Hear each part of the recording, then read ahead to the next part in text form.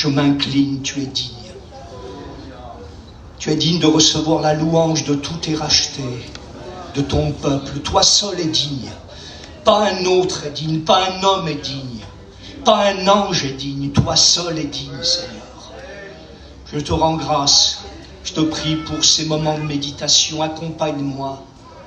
Je chasse l'interdit. Je chasse l'opposition. Je brise les œuvres des ténèbres ce matin. En ton nom, Jésus. Que tout interdit s'enfuit au nom de Jésus. Merci pour ta grâce et ta bonté. Viens parler à ton peuple comme tu as parlé à mon cœur.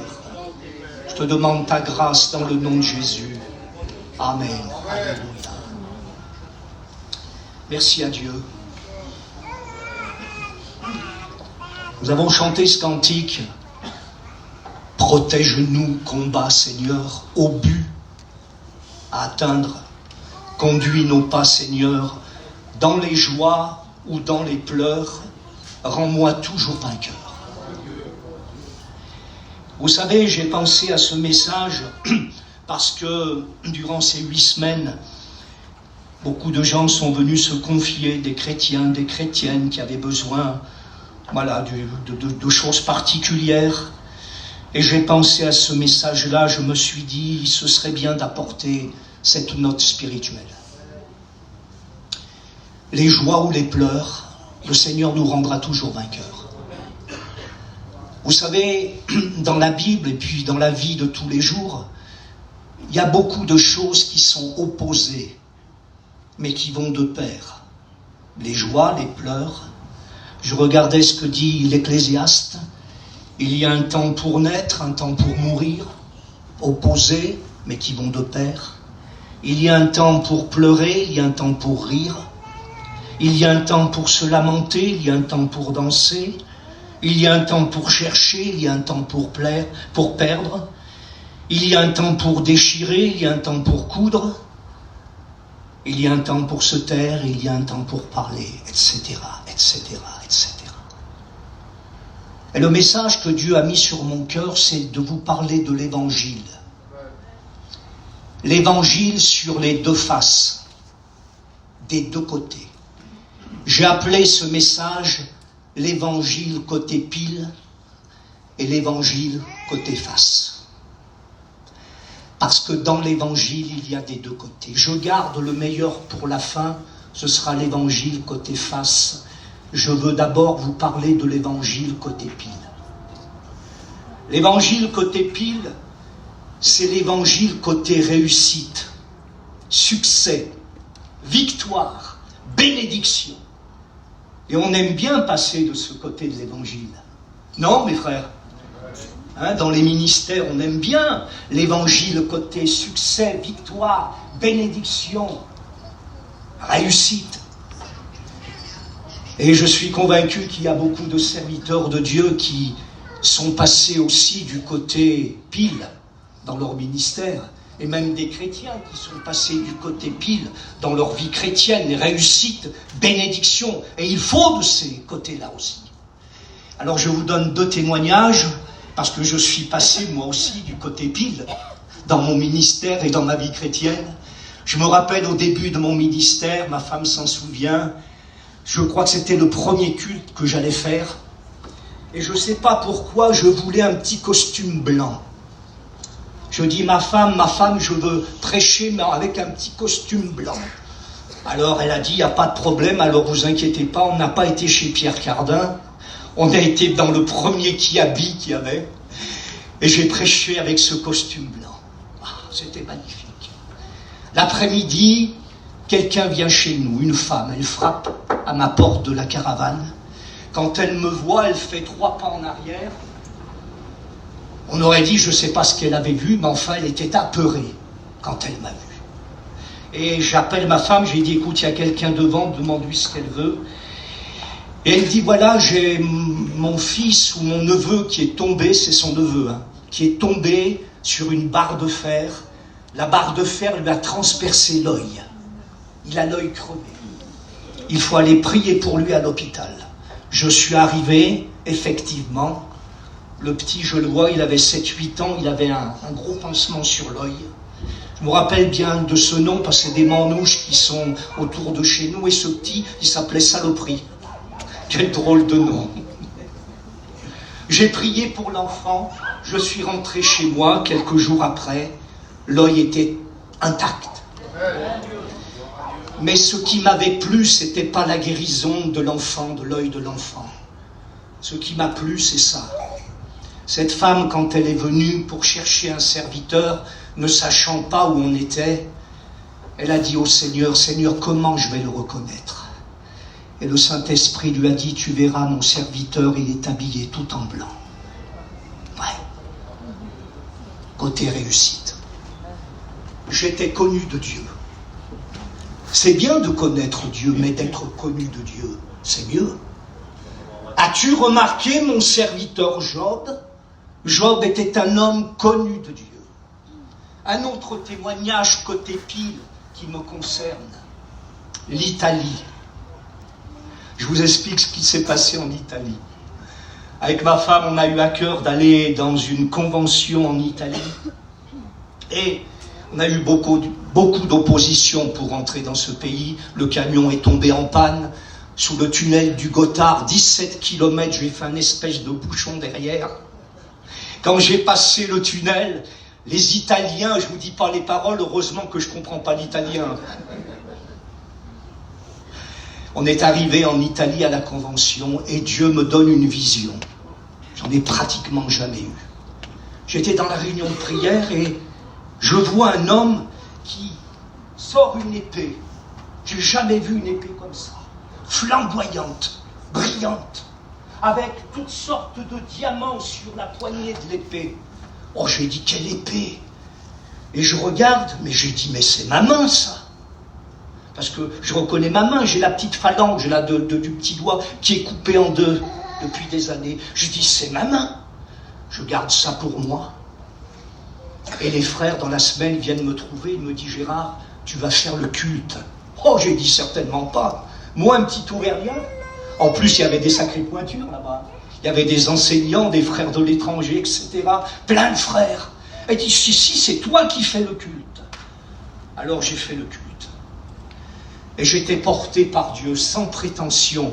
Vous allez comprendre pourquoi. Mais j'étais porté par Dieu. À la fin du culte, je voyais tous ces Italiens à genoux, les bras levés. Une onction est tombée, mais je n'ai jamais vu une onction comme cela. Je passais du côté pile. J'étais comme Charles Aznavour, je me voyais déjà en haut de l'affiche. Mais j'allais bien vite tomber. Bien vite tomber, ouais. Il y a eu tant d'hommes dans la Bible qui sont passés du côté pile. Réussite, succès, victoire. Jésus. La Bible dit, vous savez comment Dieu a oint du Saint-Esprit, Jésus de Nazareth, qui allait de lieu en lieu en faisant du bien, en guérissant tous ceux qui étaient sous l'emprise du diable parce que Dieu était avec lui. Jésus est passé du côté bénédiction. Quand il disait à la mer, silence, au vent tais-toi. Quand il a fait la multiplication des pains et des poissons. Quand il disait aux morts, lève-toi. Quand il ressuscitait les morts. Quand il chassait les démons. Mais c'était formidable. Quand on passe l'évangile côté pile, est-ce que vous comprenez le message ce matin? Tant d'hommes de Dieu. Je pensais à Job. Quand il était l'un des plus éminents des fils de l'Orient, lorsqu'il avait des troupeaux en abondance, lorsqu'il était honoré parmi tous les gens du village et des villes, lorsque ses enfants étaient avec lui, c'était formidable. Je pensais aussi à Élie, le grand prophète de l'Ancien Testament, celui qui était capable de fermer le ciel à sa parole. Et pendant 3 ans et demi, il n'y a eu aucune pluie qui est tombée sur le sol. Il passait du côté pile. Quand il a fait tomber le feu du ciel sur l'Holocauste, quand il a fait égorger les 450 faux prophètes qui mangeaient à la table de Jézabel, quelle merveille de passer l'évangile côté pile. Je n'ai pas de verset à vous donner tout de suite, on va en lire tout à l'heure, mais je vais prendre le temps de bien vous faire comprendre la parole du Seigneur. J'ai noté l'évangile seulement côté pile, ça n'existe pas. Ne croyez pas à ces évangélistes américains, beaucoup, qui vous promettent une Bible dans la main et des milliers de dollars dans l'autre. L'évangile de la prospérité, ça n'existe pas. Je veux prendre du temps pour vous parler de l'évangile côté face. On n'aime pas l'évangile côté face. J'ai noté l'évangile côté face, c'est les épreuves, la difficulté, la souffrance, les combats. Et on n'aime pas, on préfère la réussite, la bénédiction, et pourtant on va le voir dans la Bible.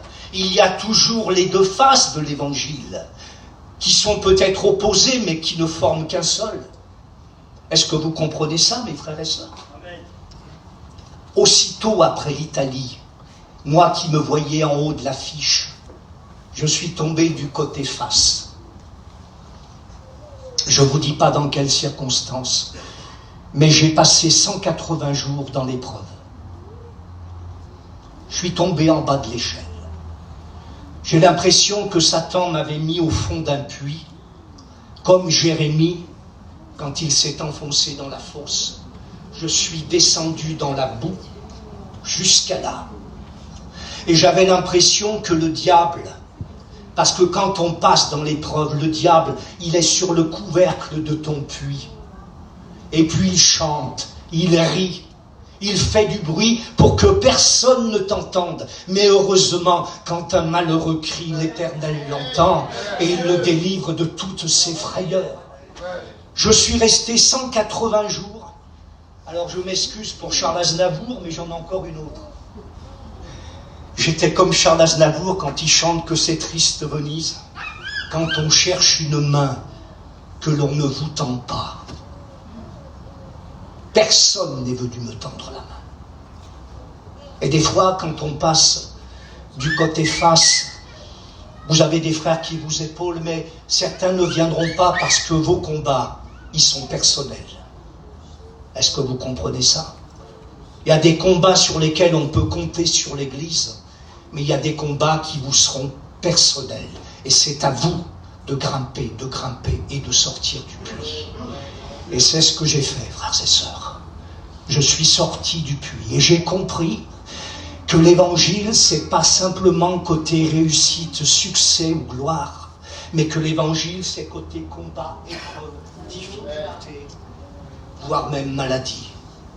Les deux.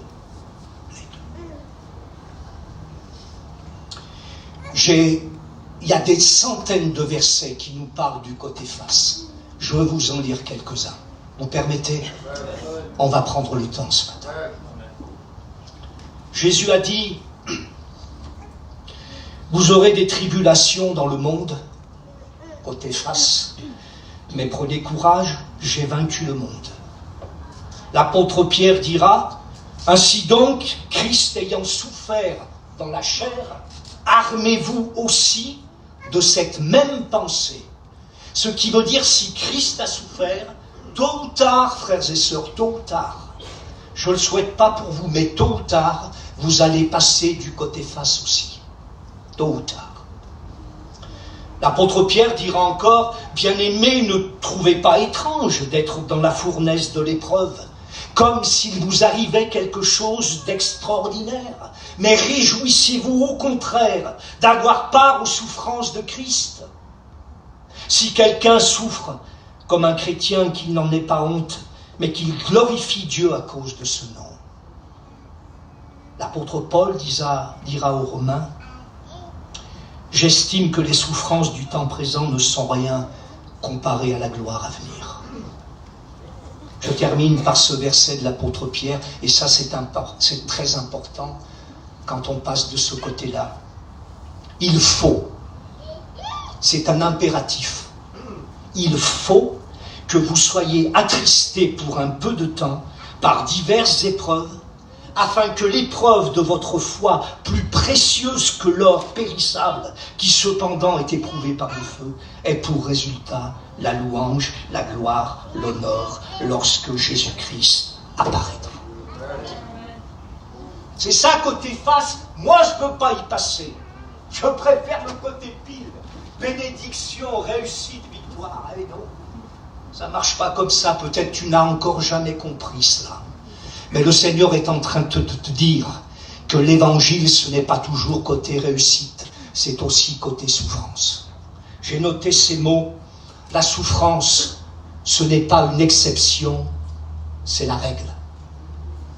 Le succès, écoutez bien, serviteurs de Dieu, le succès fera de nous des vedettes, mais la souffrance fera de nous des hommes de Dieu. Des hommes de Dieu. Et ce que Dieu veut, ce n'est pas des vedettes. Moi, j'en ai marre des vedettes. Ce que Dieu veut, c'est des hommes de Dieu. Des hommes de Dieu. Tu pensais peut-être que ta vie chrétienne, ça allait être un fleuve large, calme, tranquille. Mais tu n'as pas compris que ce fleuve, il va descendre dans la vallée. Et dans la vallée, il va prendre de la vitesse.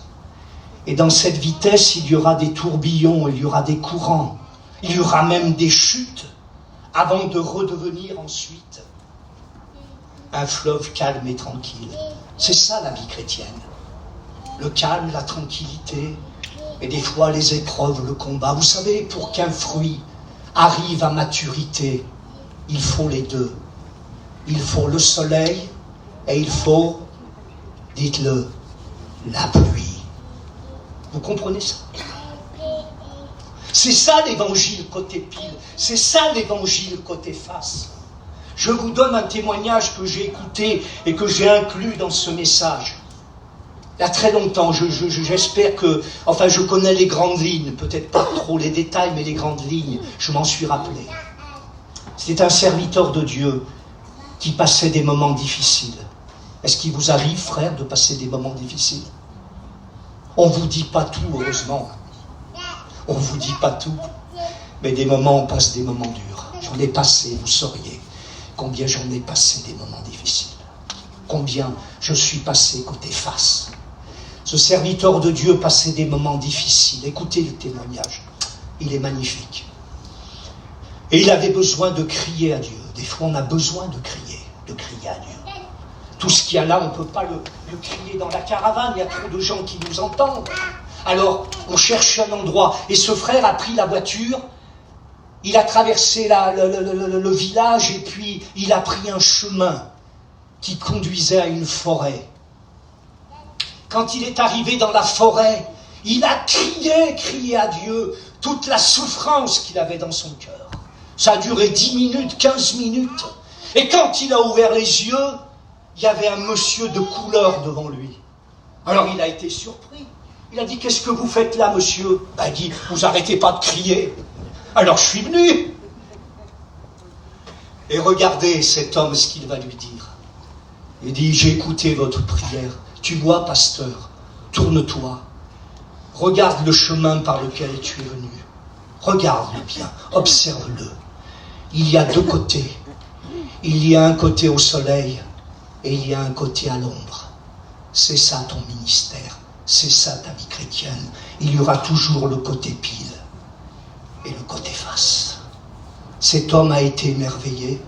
Il est retourné vers ses amis, les collègues serviteurs de Dieu. Il a dit, Dieu m'a parlé, Dieu m'a parlé. Ah bon? Venez voir où Dieu m'a parlé. Et il l'a amené dans le chemin, là où cet homme était devant lui, qui avait d'ailleurs disparu. Il a dit, il m'a parlé là. Et quelqu'un a dit, oh, regarde par terre. Il y a un papier. Quand il a lu le papier, c'était marqué, l'Éternel est mon berger. Mais vous connaissez le psaume? L'Éternel est mon berger. Il me conduit dans les sentiers de la justice, près des eaux paisibles. Mais même quand je marche dans la vallée de l'ombre de la mort, les deux côtés, je ne crains aucun mal, car tu es avec moi. Je dis ça pour quelqu'un qui traverse des moments difficiles, d'épreuves, de séparation, de maladie. Le Seigneur est avec toi, mon frère, ma sœur. On va le voir tout à l'heure au travers de la parole de Dieu. J'ai marqué, si tu traverses des moments d'épreuve, de souffrance, fais confiance à Jésus. Un pasteur avait marqué ceci dans son bureau: je ne ferai jamais confiance à quelqu'un qui n'a pas souffert. Et je le dis de la même façon. Je ne ferai jamais confiance à quelqu'un qui n'a pas souffert. Parce qu'en vérité, les plus beaux conseils que j'ai reçus dans ma vie chrétienne ou dans mon ministère, c'est par des gens qui ont souffert. Des hommes, des fois, qui avaient perdu des enfants dans des accidents de voiture ou autres. Des hommes, des serviteurs de Dieu qui étaient malades, sclérose en plaques, ou alors dialyse 3 fois par semaine. Mais ils m'ont donné des conseils merveilleux. Un homme que je connais, ses 2 fils ont perdu leur ministère. Quelle souffrance. Et sa fille lui a trouvé une tumeur dans la tête. Quelle souffrance. Quelle souffrance. Ouais. On n'aime pas trop le côté face. On n'aime pas.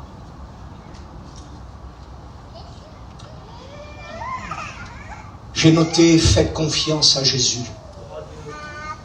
Parce que la souffrance, lui, c'était son quotidien. Écoutez ce que dit Ésaïe. Qui a cru à ce qui nous était annoncé? Qui a reconnu le bras de l'Éternel? Il s'est élevé devant lui comme une faible plante, comme un rejeton qui sort d'une terre desséchée. Il n'avait ni beauté ni éclat pour attirer nos regards. Son aspect n'avait rien pour nous plaire. Homme de douleur, habitué à la souffrance. Tu peux lui faire confiance ce matin. Tu souffres. Parle à Jésus. Qui peut mieux comprendre la souffrance que quelqu'un qui a souffert? Qui peut mieux parler de la délivrance à quelqu'un qui a été délivré? Qui peut mieux parler de la guérison que quelqu'un qui a été guéri? Oui ou non? Parle à Jésus ce matin de ta souffrance. J'ai noté, la souffrance, c'était son quotidien. Son quotidien. La parole est venue chez les siens ne l'ont pas reçue. Il a même, quand il est venu au monde, on l'a rejeté. Il n'y avait pas de place non plus pour lui à l'hôtellerie. Dans sa propre ville, Nazareth, on l'a rejeté.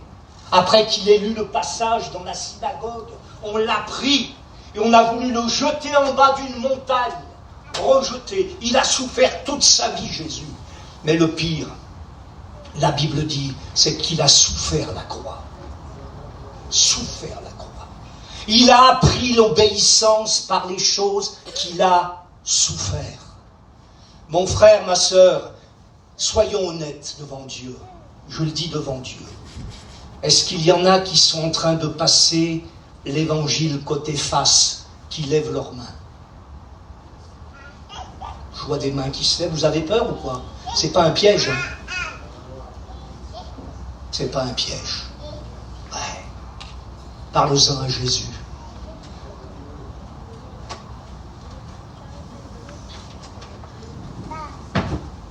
L'autre jour, un serviteur de Dieu, ça m'a plu. Il dit, quand je passe des moments difficiles, je rentre dans mon église et je m'assois. Oh, vous allez comprendre. Je m'assois dans l'église et je dis, Jésus, assis-toi à côté de moi. J'ai besoin de te parler de ma souffrance, Jésus. Jésus, je ne suis pas à la hauteur. Seigneur, pourquoi tu m'as choisi à moi? Je ne suis pas à la hauteur, Seigneur. Et ce serviteur lui parle de sa souffrance. Seigneur, j'ai peur de ne pas atteindre le but. Seigneur, je suis malheureux dans ma famille, dans mon foyer. Mon mari n'est pas converti, je suis malade. Mais parle-lui de ta souffrance. Dis-lui, Jésus, assis-toi en face de moi. J'ai besoin de te parler. Voilà comment fait le frère. Et voilà comment je fais souvent quand je traverse des moments évangile côté face. Je dis, Jésus, viens voir un peu. J'en peux plus. J'ai besoin de ta grâce, j'ai besoin que tu m'aides, Seigneur. J'en ai besoin, j'en ai besoin. Question. Qu'est-ce qui a plus de valeur aux yeux des hommes? Répondez. Le côté pile ou le côté face? Alors certains diront, et c'est juste, oh ben, aux yeux des hommes, c'est côté pile. Quand on voit un homme, un serviteur de Dieu, qui a du succès, de la réussite, qui est en bénédiction, c'est lui qui a plus de valeur aux yeux de Dieu. D'ailleurs, quelqu'un qui passe côté face, des fois, on l'ignore même. On n'en veut pas, on ne veut pas entendre parler de ses problèmes. Alors permettez-moi une petite expérience. Il faut que je désigne quelqu'un. Mickey, viens voir une seconde ici.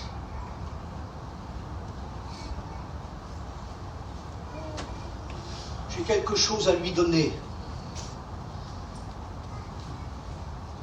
Tu la garderas, c'est cadeau. Qu'est-ce que je t'ai donné? Regarde. Une pièce d'1 euro. C'est bien. Tu peux t'asseoir. Aux yeux des hommes, quand on passe côté face, on a moins de valeur. Quand tu vas chercher ta baguette au boulanger, que tu donnes ta pièce d'1 euro, est-ce qu'il te dit, oh, attention, vous m'avez donné côté face, il n'y a pas assez? La même valeur. Aux yeux de Dieu, tu auras la même valeur. Quand tu passeras côté pile ou côté face, aux yeux de Dieu, tu auras la même valeur. Une pièce d'1 euro restera toujours une pièce d'1 euro. Un enfant de Dieu, qu'il soit en bénédiction ou qu'il traverse des moments d'épreuve, il aura toujours la même valeur aux yeux de Dieu. Mon frère, ma sœur, tu traverses des moments difficiles, mais aux yeux de Dieu, tu as la même valeur. J'ai noté, Jésus avait la même valeur lorsqu'il disait à la mer, silence, tais-toi, bon, calme-toi. Lorsqu'il ressuscitait les morts, lorsqu'il a fait la multiplication des pains et des poissons, aux yeux de Dieu, il avait la même valeur lorsqu'il était sur la croix du calvaire, lorsqu'on a arraché sa barbe, lorsqu'on lui a craché au visage, lorsqu'on a percé ses mains et ses pieds, lorsqu'on lui s'est moqué de lui et qu'on lui a dit « Ah, si tu es le Fils de Dieu, descends de ta croix, sauve-toi et sauve-nous » La même valeur aux yeux de Dieu. Côté pile ou côté face, la même valeur aux yeux de Dieu. Job avait la même valeur lorsqu'il était le plus éminent des fils d'Orient que lorsqu'à un moment donné, l'épreuve est tombée. Il a perdu ses 10 fils, ses 10 enfants, ses 10 enfants, ses serviteurs, ses servantes, son troupeau, son bétail. Quand on lui a pris sa santé, quand sa femme lui a dit « mais renie Dieu et meurs », aux yeux de Dieu, il avait la même valeur que lorsqu'il était le plus éminent des fils d'Orient.